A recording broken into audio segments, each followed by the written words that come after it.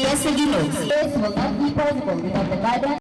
Sa isang silent drill performance, ipinamalas ng mga miyembro ng Candidate Soldier Corps Lagablab Class 782-2023 ang kanilang mga talento at mga natutunang skill sa mahigit 4 na buwang basic military training sa 4th Division Training School na nakabase sa Malaybalay City, Bukidnon. Isinagawa ang kanilang closing ceremony noong Oktubre 20, kasabay na rin ng pagbubukas ng kanilang 45 araw na specialization training na Infantry Orientation Course o INFOC. Ang naturang mga bagong sundalo na kinabibilangan ng 112 na mga lalaki at 6 na babae ay dumaan sa matinding transformasyon mula sa pagiging mga simpleng sibilyan patungo sa mga individual na nahubog na ang mga karakter at kapasidad upang magampanan ng maayos ang kanilang tungkulin sa bayan.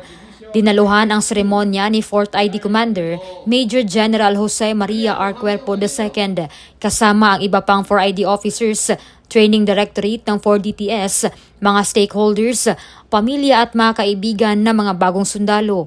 Dito ay pinahayag ni Major General Cuerpo ang kanyang pagbati sa mga bagong graduates sa pagpapakita ng matinding dedikasyon, disiplina at katatagan na sumisimbolo sa isang tunay na sundalo ng 4ID. Hinikayat din niya ang mga ito na panatilihin ang disiplina sa nalalapit nilang pagsabak sa tunay na mundo ng hukbong katihan. Dini matunan ninyo ang mga basic skill ang kinahanglanon isip sundalo sa atong naso.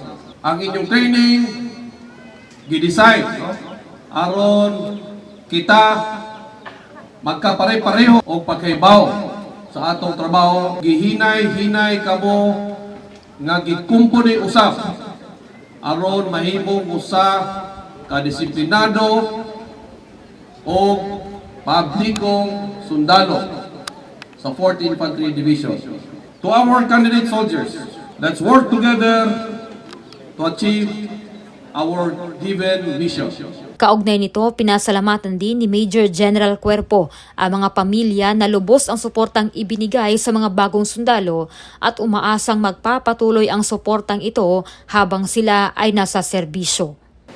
Kani akong hangyo kaninyo, tabangan tani atong mga sundalo karon, mapaayo nila ang ilang panerbisyo pinaagi sa atong pagsuporta kanila.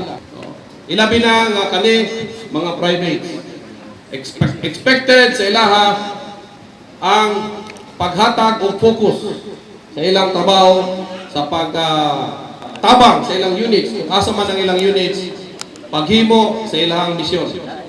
Napapanahong balita, serbisyo publiko para sa Pilipino. Bon Olavides, 4ID News.